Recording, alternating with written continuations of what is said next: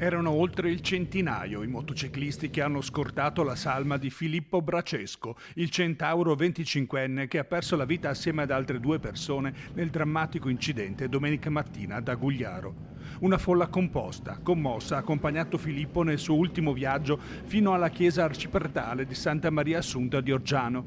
Ad accoglierlo sul sagrato i genitori Sabrina ed Enrico, il fratello Edoardo e la fidanzata Elisa. Nella chiesa stipata ai limiti del Covid, il parroco Giovanni Imbonati ha ammonito i presenti, ricordando la fragilità che ci accomuna nella nostra condizione umana. So che il mio Redentore vivo che ultimo si ergerà sulla polvere.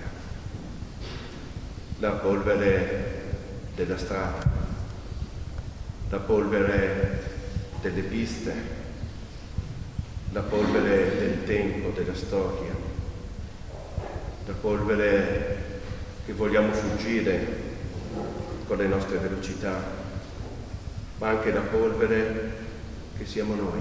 Nessuno di noi muore da solo. Anche in un istante il Signore si china. Anche in un istante davanti a noi passano quelle istantanee della vita, quasi come quelle che troviamo fuori, in cui rileggiamo ogni momento, ogni istante.